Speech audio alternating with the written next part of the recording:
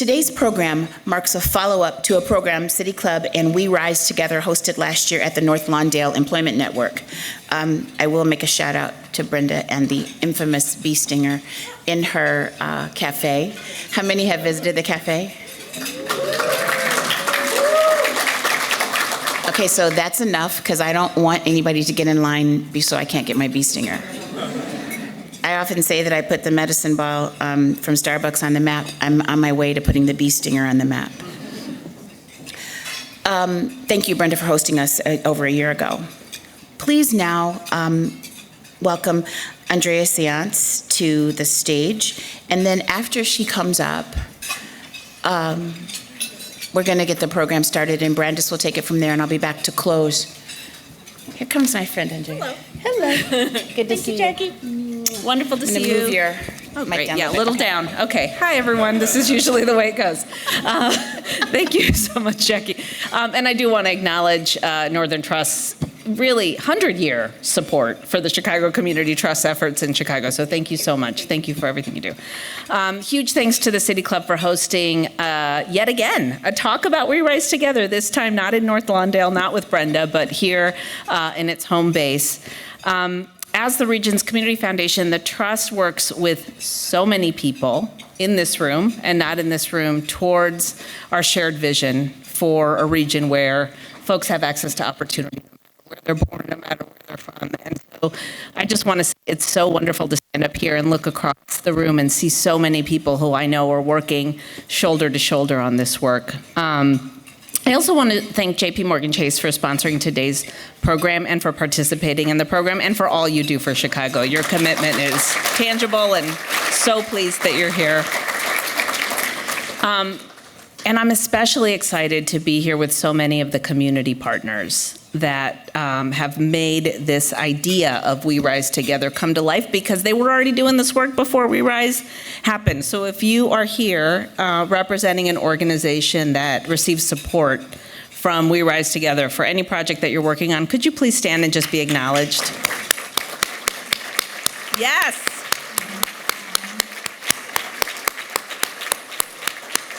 These are the folks.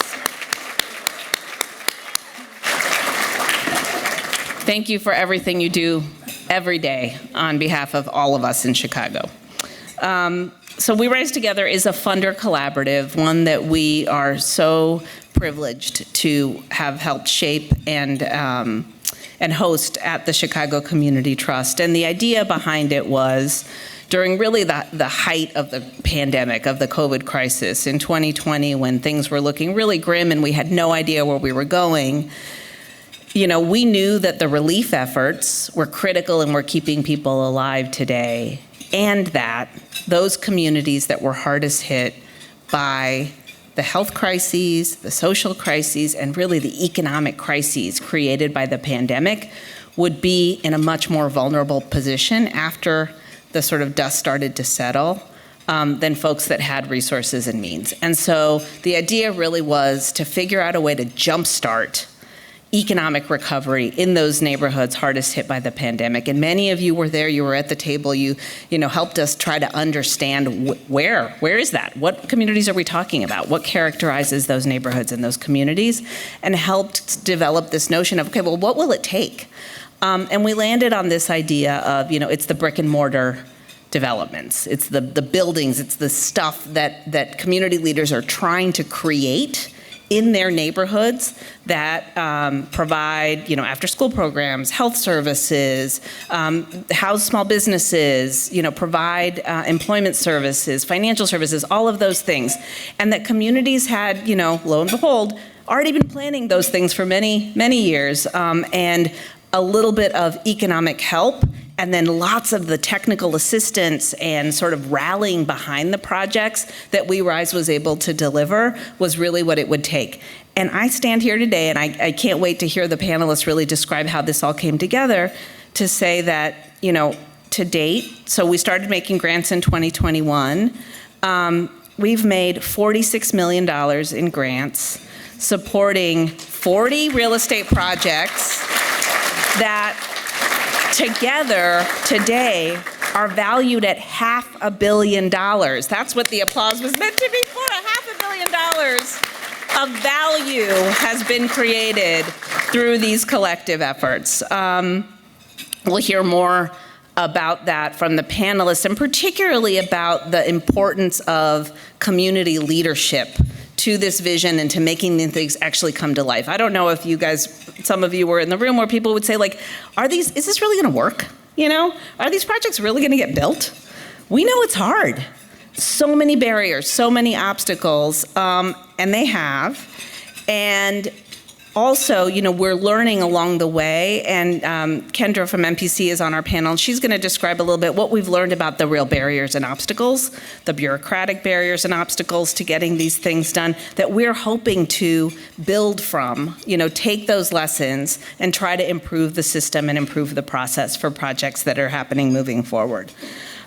We've also made grants to support workforce development to make sure that when a building gets built and a thing gets open, that folks who live in that community can benefit from the employment opportunities created there, and so much more. So I'm actually going to say, without further ado, I will turn this over to Brandis so we can hear from our program participants. So come on up, Brandis from WTTW. You are the best moderator, I hope nobody is offended by that, I've ever seen talk about these issues, so I'm really happy that you've agreed to help moderate for us today. And the panel will introduce themselves. Thank you so much. Enjoy your lunch. Thank you. Hello, everybody. Come on in. Kevin, you can come this way. No problem. How is everyone? Great. Hello, thank you. We've got a really good crowd. I want to thank everybody for being here. And I want to take a quick beat. I think all of you know who our panelists are, but for good measure, for those of you who don't know who some of them are, maybe you know one, but not all four, I'm going to ask our panelists to do a quick introduction of themselves, and then I'm going to start with Christen, please, and then we'll get further into the discussion. Hi, I'm Christen Wiggins. I am the director of We Rise Together, and I've had the great pleasure of getting to find and work with and support all of the grantees that Andrea mentioned earlier.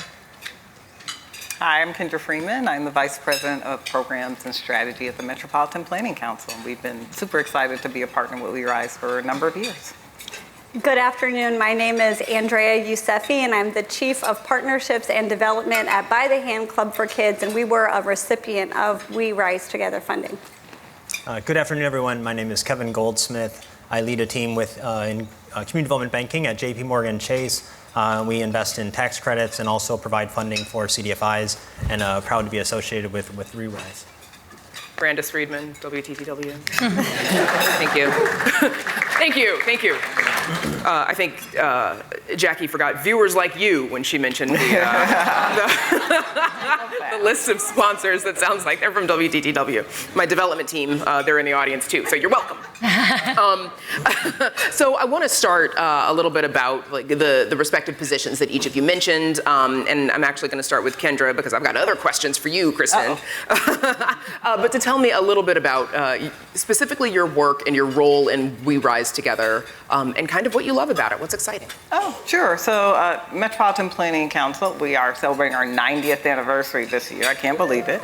We are a planning and policy change organization working in the Chicago region towards racial and economic justice through policy and systems change. And so we got to know We Rise probably in 2020 when we were invited to be a thought partner when the trust was really thinking about structure and building out the steering committee. And that led to us working more closely with the staff in terms of when they were kicking off kind of like the first year in 2022, I think it was, and we helped to co-design and co-convene working groups with We Rise in South Shore, in Chatham, and in Lawndale. And I guess when you asked me about what was exciting for us, I mean, often we work on policy issues and we try to do a collaborative process, but really being able to have real time with grantees and project leads who are struggling through getting their projects through construction and permitting and thinking about post-occupancy and marketing and all these challenges, it was really informative to us. So we were grateful to be able to provide that space, but also really better understand some of the challenges that they were facing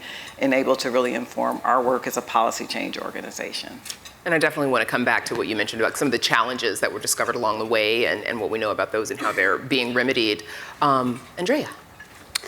Well, By the Hand Club for Kids, we're a faith-based after-school program that serves over 1,800 kids across the city of Chicago holistically, mind, body, and soul. And I started with By the Hand Club 6 years ago in partnership with 2 other nonprofit organizations to transform a 10-acre brownfield into a holistic campus for sports education and social services to close the opportunity gap for West Side youth and families. And we had this incredible groundbreaking event in August 2021. We had our permits, we had a phenomenal team, Jason Hayward, we had the Chicago Fire, and by October, we were already facing significant challenges with our project. What we've learned from Christen is called the Valley of Death, where unexpected arises. And because we were a brownfield, we had done years of due diligence with environmental testing, but once you dig in the ground, there's always so much more. So we were looking at $1 million and above in cost escalations. Also at the time was inflation. And so we were connected with We Rise Together in October. We found out we were a grant recipient in December. We had working capital by January to address those concerns, and we were able to open our doors over a year ago. And our biggest and most exciting news is our feasibility study initially said we'd serve 25,000 max. That was after a couple-year ramp up. In a little over 1 year, we've served 60,000 youth, 12,000 adults.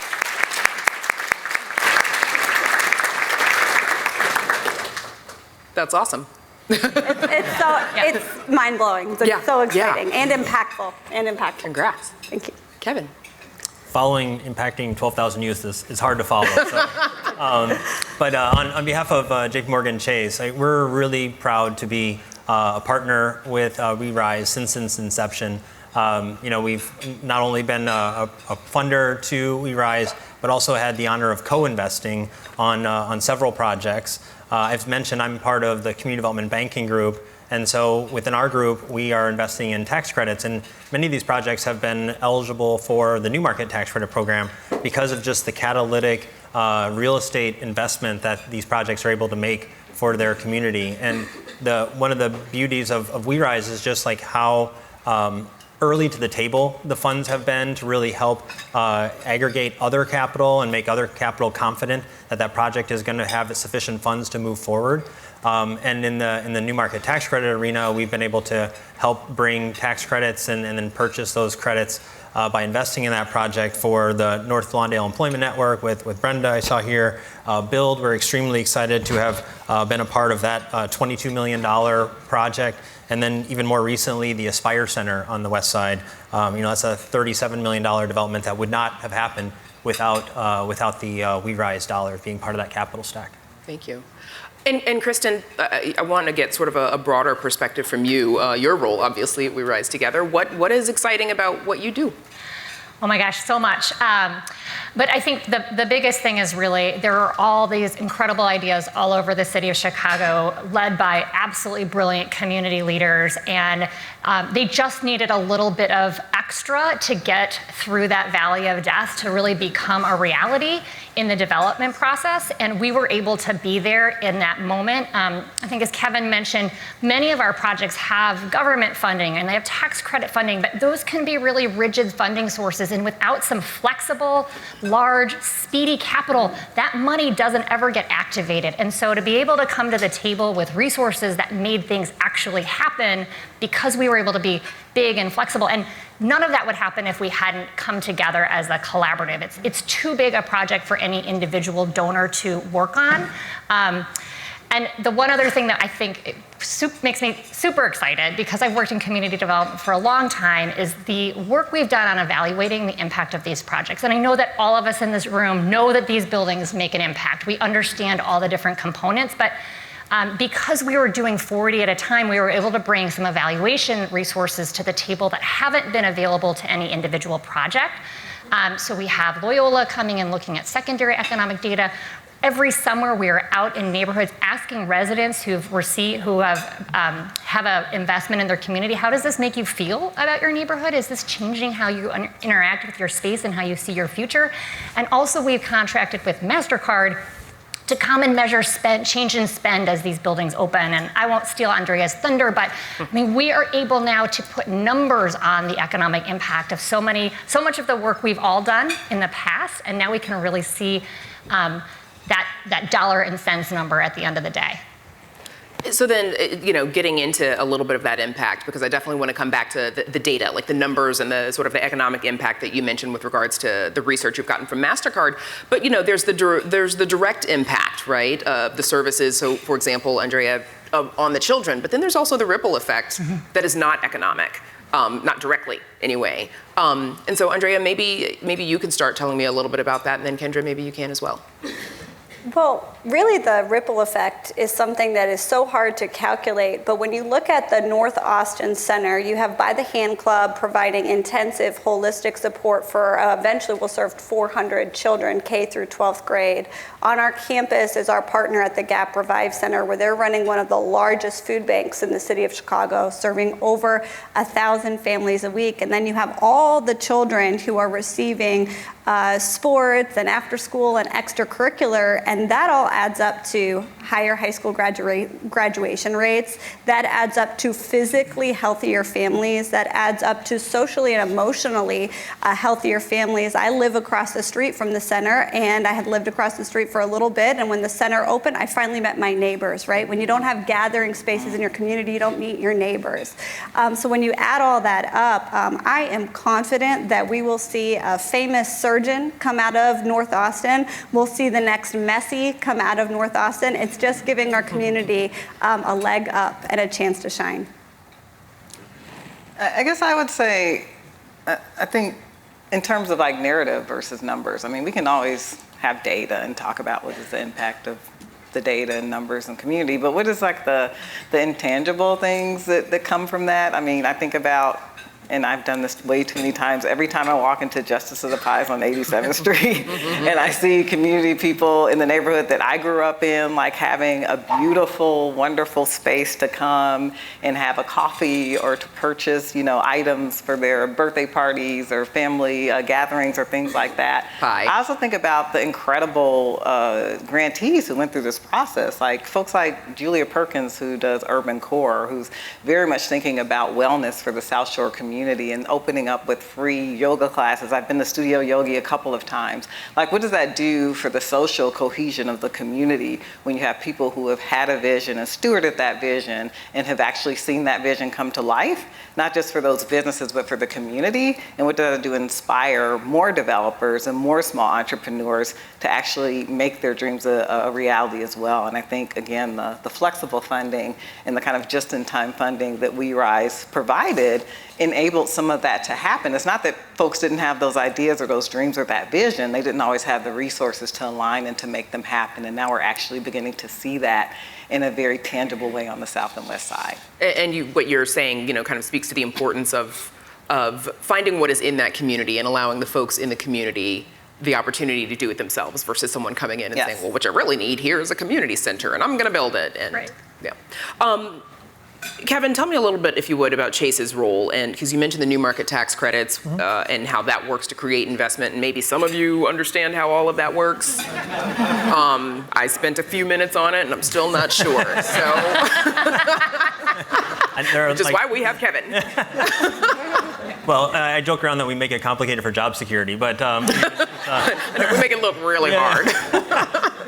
But no, and not only from our community development banking team, but also our corporate responsibility team has been very active, co-granting or supporting some of these projects, as well as the leaders, which I think is not to be understated, is just how important the investment in leaders and giving them the space, the capacity, the connections to be able to continue to build upon these great funding sources.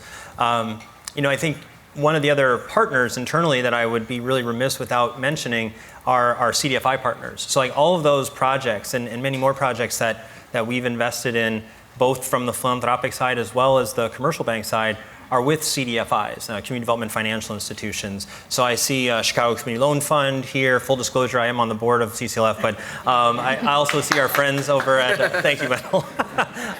But I also see our friends at IFF here in the room. LISC and Enterprise were both parts of these projects. CNI I mentioned earlier. You know, there's just a real benefit here in Chicago of a deep community development industry with a lot of people that are passionate and have tons of experience in what's oftentimes referred to as lasagna financing, right? Like all the different ingredients that need to come together to make a project like this work, or a project like these work, and WeRise is right at the forefront of that.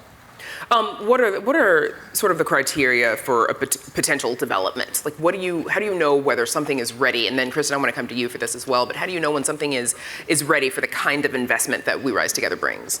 Yeah, so I think the community support, as mentioned, right? Not having it being imputed upon the community, but really coming from the community, knowing that there's that buy-in for the sustainability, not only beyond the grant period or the new market tax credit compliance period, but for hopefully generations to come. Looking at very technically, looking at the capital stack and making sure all the capital sources are there. And as mentioned earlier, a lot of times different funding sources don't play well together. And so the flexibility of WeRise and other philanthropic sources to be able to, give other funding sources the confidence that, these parties can work together, these funding sources can work together and complete the full needs of the project are really important. Christen? Yeah, I'm going to repeat a little bit of what Kevin said, because it really all begins with community leadership. When the community says, this is what we want, this is what we need, you have a real sense that this is what's going to have an impact. So we start there. And then because We Rise is time limited, we're a 5-year initiative, we're looking for projects that were really already moving forward and just needed that extra flexible capital to activate lots of the other things that they had in place. And so we were looking at those. And then one of the things that we really went back and forth on early on is like, okay, does this have to be a job creator? Does this have to sort of meet a very rigid definition of economic impact? And what we came to was no, let's actually let the community tell us what they want. And I think that's been really game changing, because we've found that yes, job creators make an economic impact, but so do community assets and amenities clustered together. And so do community facilities that communities need to be able to gather at. So we can start to measure with Loyola, say, the increase in foot traffic around 6 of our different projects, and we can match that against the Mastercard data. And so, thinking more, I think, broadly was a really good way to go about this. And as a result, we've funded over 40, 13 of our projects are already open, 8, maybe 10 are under construction right now, and we're committed to supporting them through that process so that at the end of We Rise, we got 40 open. Yeah.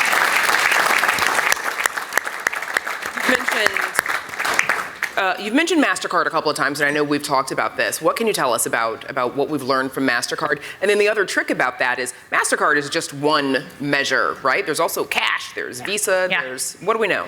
Yeah, so we have had Mastercard deploy their analytics at 6 different sites, and I'll speak because we've got Andrea here today about North Austin Center. We've asked them to measure, find a benchmark community with similar demographics and benchmark against those communities. What's the impact when you get an investment like the North Austin Center or like Ogden Commons or a Podair? And what they're able to show us within a half-mile radius of the North Austin Center is over 170,000 increased transactions in just the first year. That totals over 8% increase in spending over a benchmark compared to a comparison community.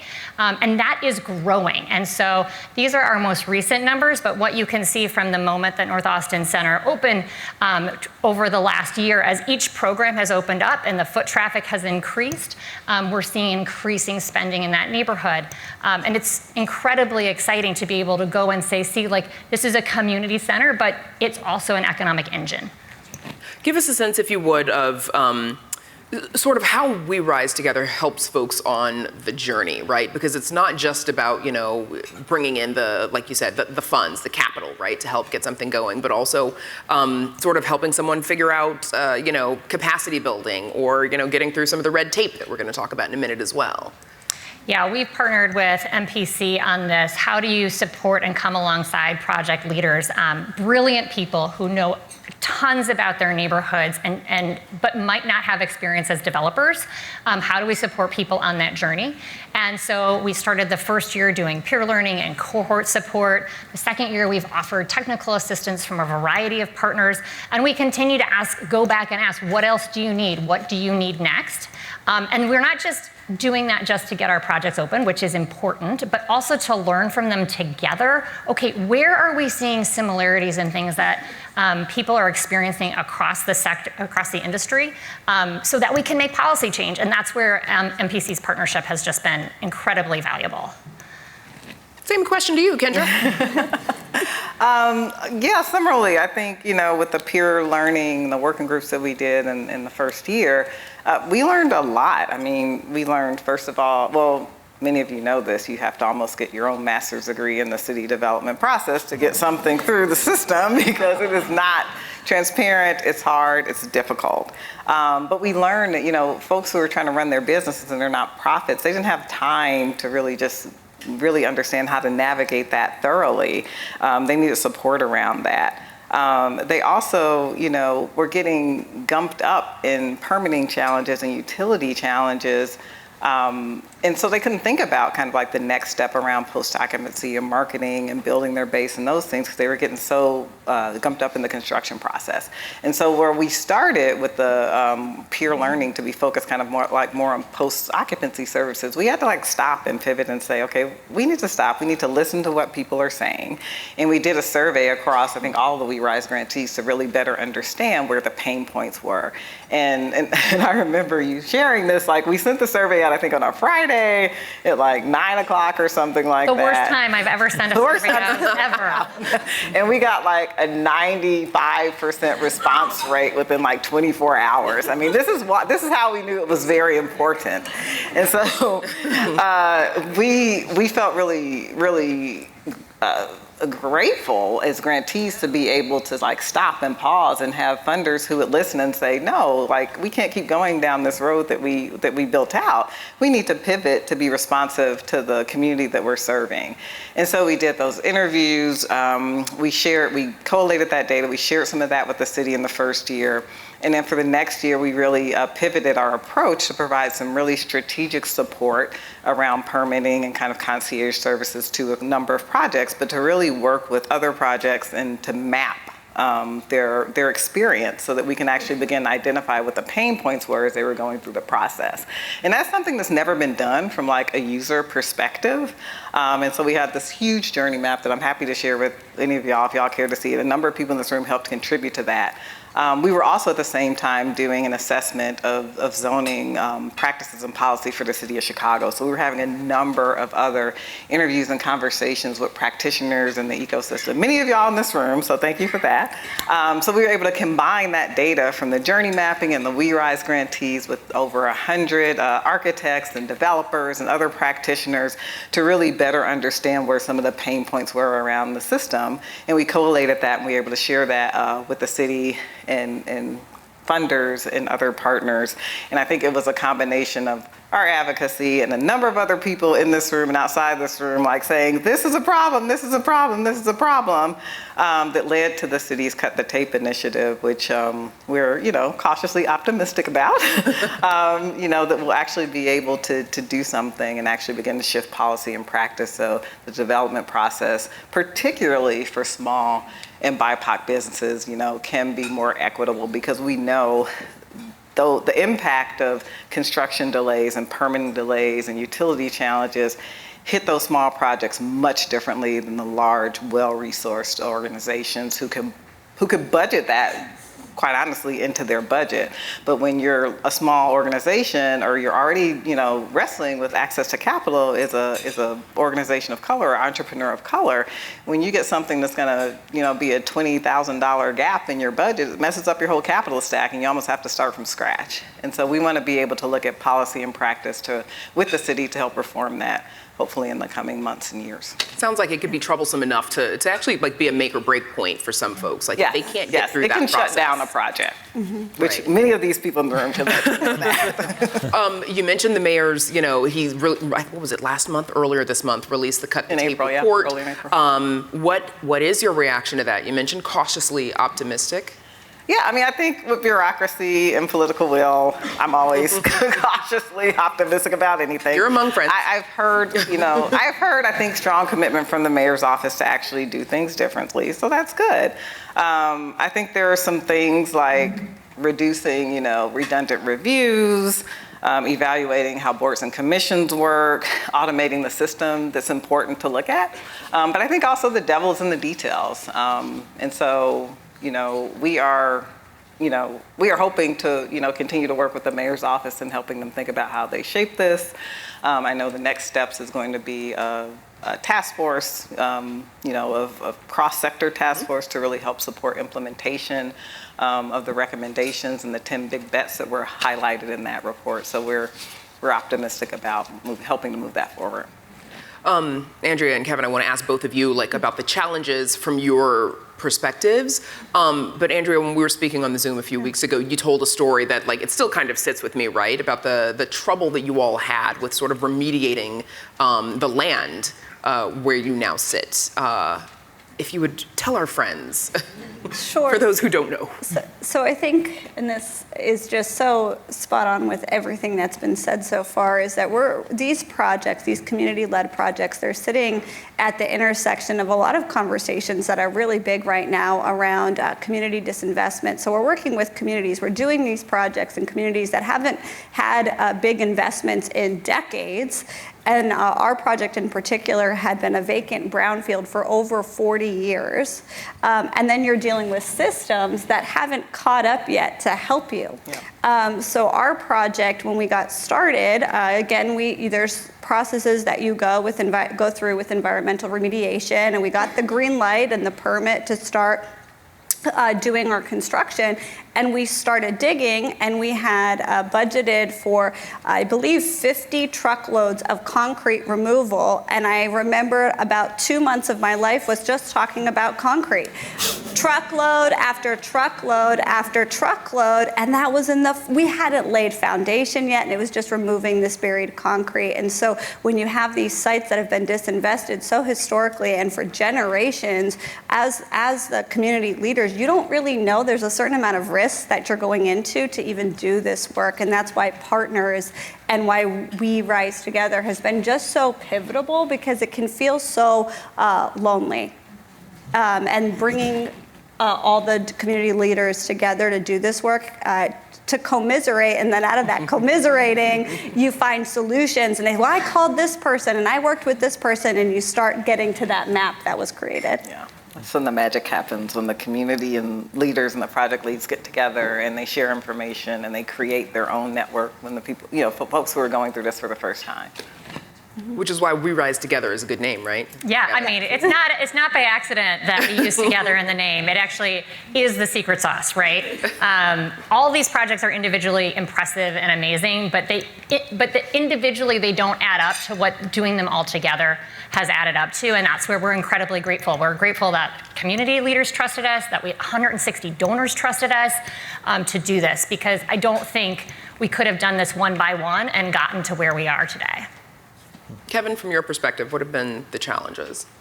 So I think the negative land value that was just mentioned, if you receive a lot of land for free, if it has environmental issues, that remediation is going to really kind of take the actual value of that into a negative spot. And so I think one of the things that is really important that I know IFF had been very much a forerunner on is non-appraisal based lending, because the appraisal valuation is going to probably end up coming in lower than the cost ending up to build or to rehab that facility. So I think that's one of the really big challenges.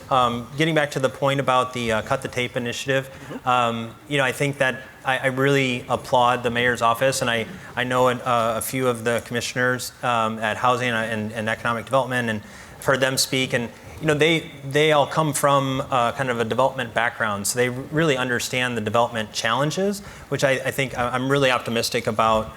Just identifying like how how we as a city can cut the tape and really kind of allow projects to move forward in a more expedited manner, because time is money, especially with interest rates being as high as they are. That really has put a headwind on a lot of real estate development. And I'm going to get to your questions as well. I already have a few here, but I want to go to Christen for one more, because you've mentioned that this project sunsets in 2025. I heard some, I hear about the work that you're doing, and then I get concerned. I'm like, if you're sunsetting in 2025, then what happens? Yeah, I mean, I think one of the most exciting things about this work is the pipeline of projects that we have built. As people have started to understand that these things can happen, what were pipe dreams are becoming real, and people are moving forward with real projects, and in a way that we are building the possibility of projects that didn't necessarily exist before 2020. So that is very exciting. I think we have to think about two things. One, the lessons we've learned as we rise, and make sure we're sharing those. So, okay, how are we going to fix our systems around zoning and permitting and utilities? How are we going to make sure that project leaders have an opportunity to work together? And we're going to share those broadly with everybody. But also, what are the financing and funding systems that need to be in place to continue to support this pipeline of brilliant ideas? I mean, yes, these projects can be risky, but I believe the bigger risk is not doing these projects. We would not, no, thanks.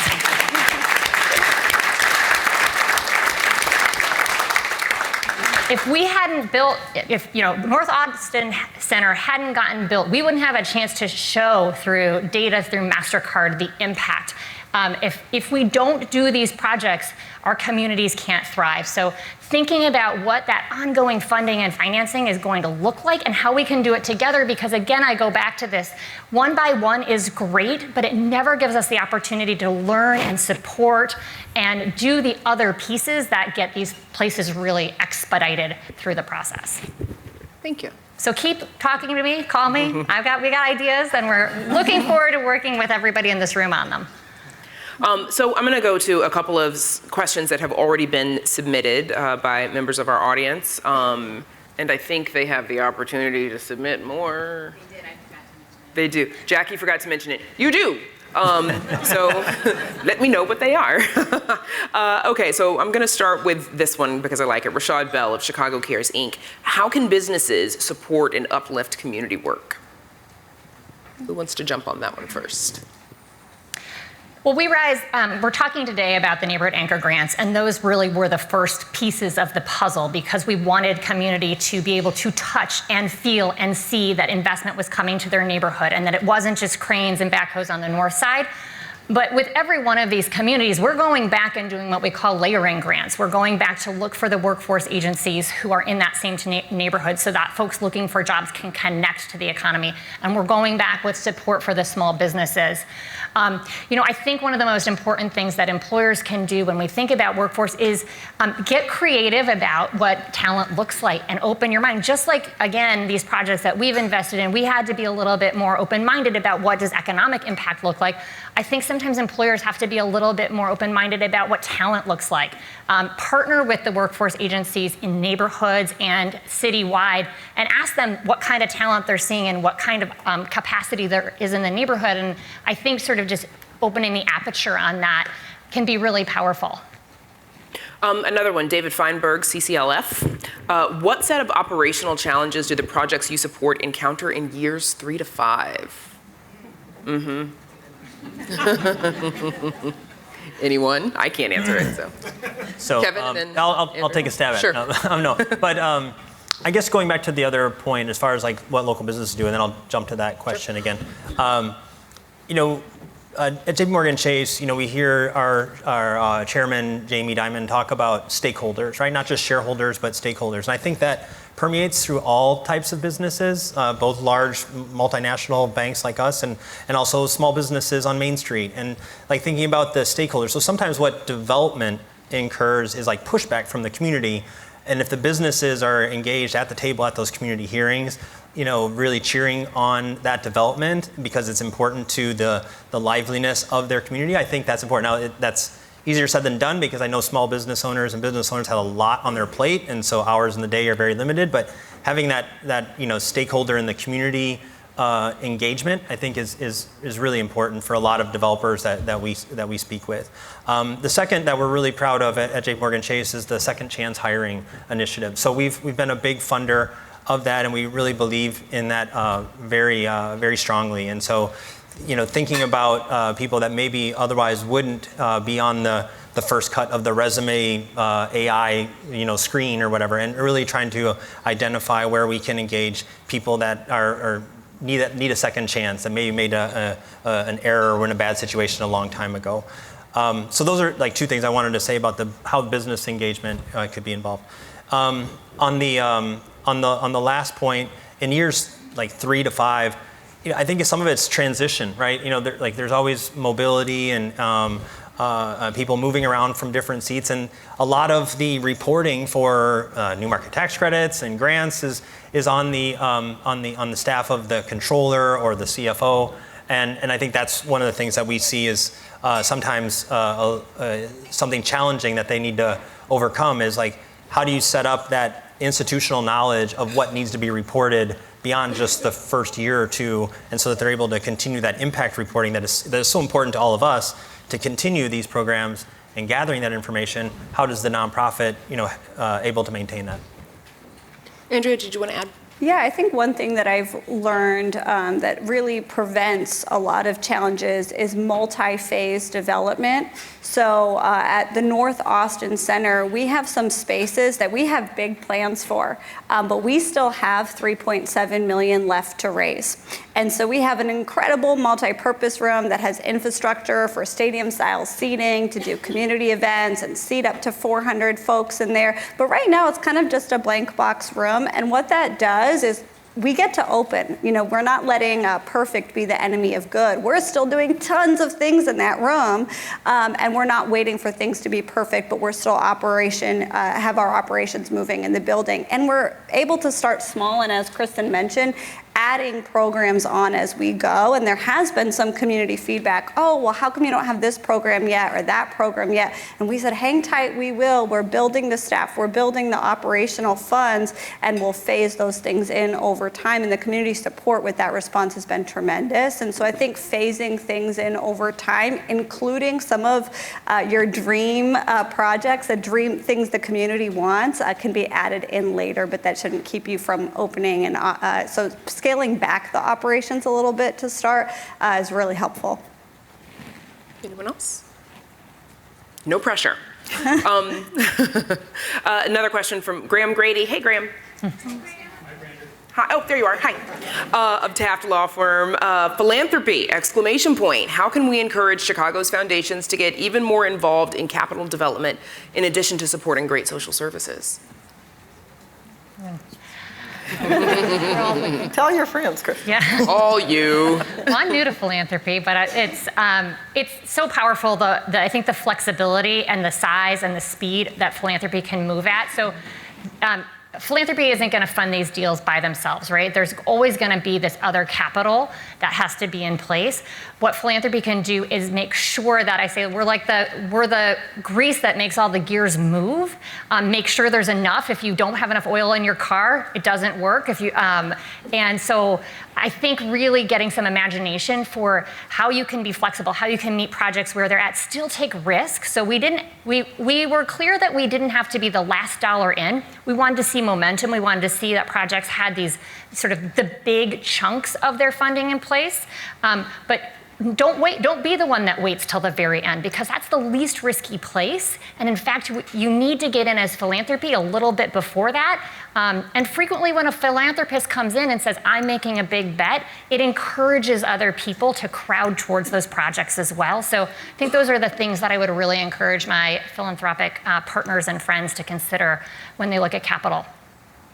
Yeah, I would agree. I think philanthropy, in addition to coalitions like We Rise, where you have the collective power of philanthropy, really has an opportunity to hopefully retrain or challenge the financial industry about how they think about and how they assess risk. And that is, I think, the long-term goal of what needs to happen, particularly how they assess risk in Black and brown communities.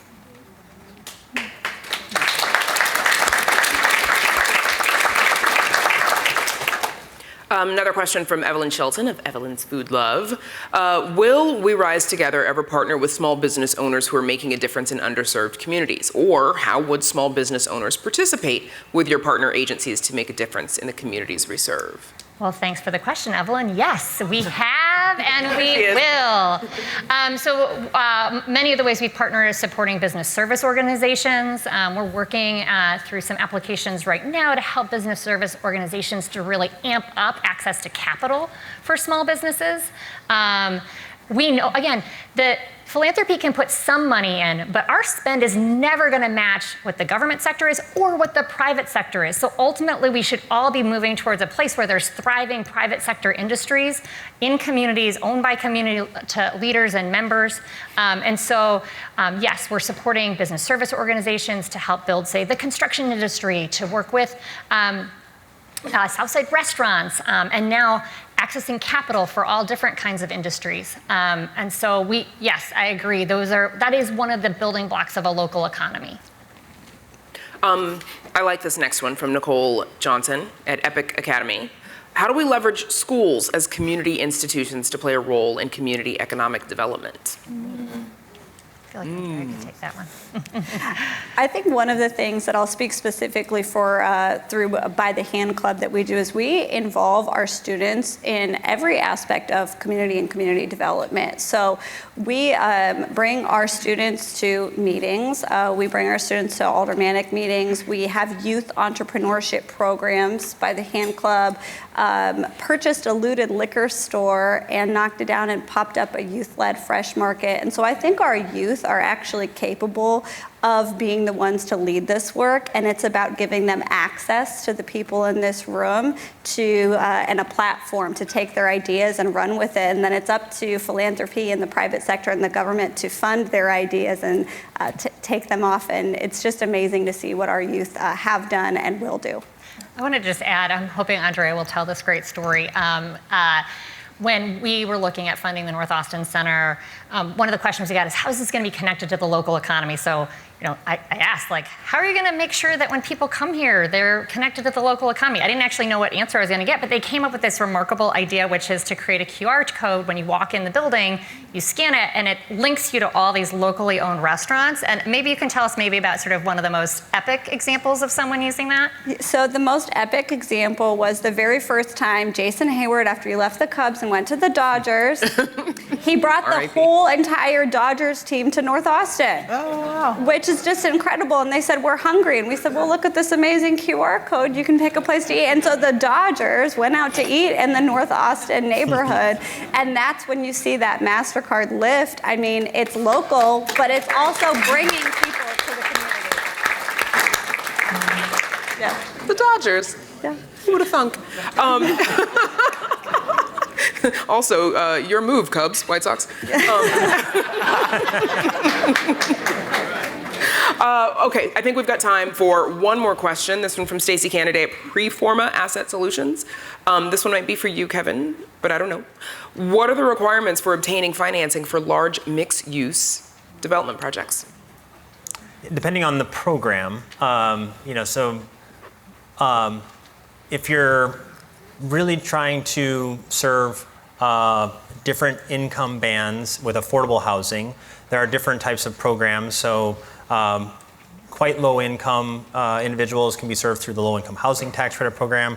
And there's a whole qualified allocation plan that is involved with getting tax credits for that type of project. For new market tax credits, it's really based on census tract and really serving an extremely low income area. So we're happy to run the address against a database to see if it qualifies from a geographic perspective. But then there's a lot of impact components to it as well. For new market tax credits, extremely competitive, and those projects that have the highest impacts will qualify. There's a lot of other programs or subsidy sources, whether it be grant initiatives like We Rise, or there's TIF financing at the city.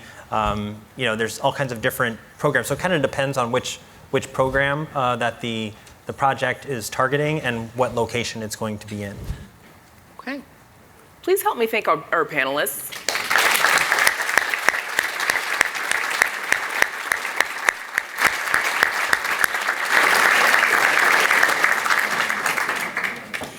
I was getting ready to say that, but Brandis, of course, who is the professional, beat me to that.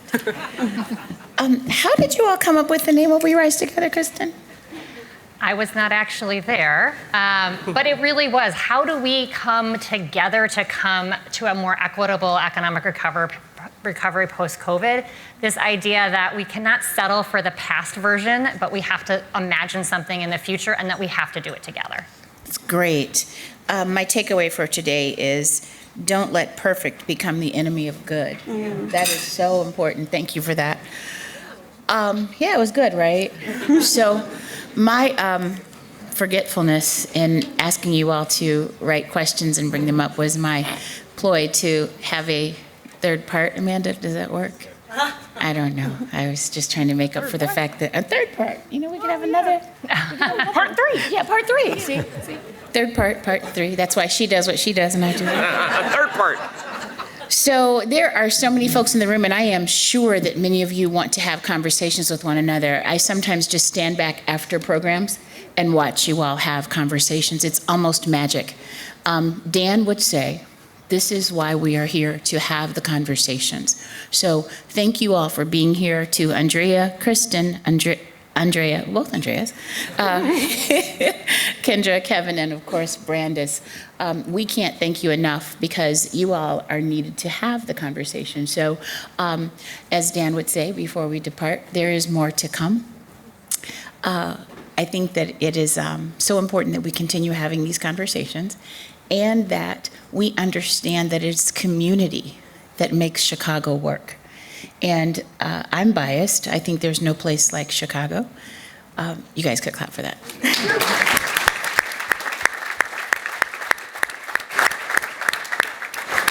Thank you all for being here, and we are adjourned.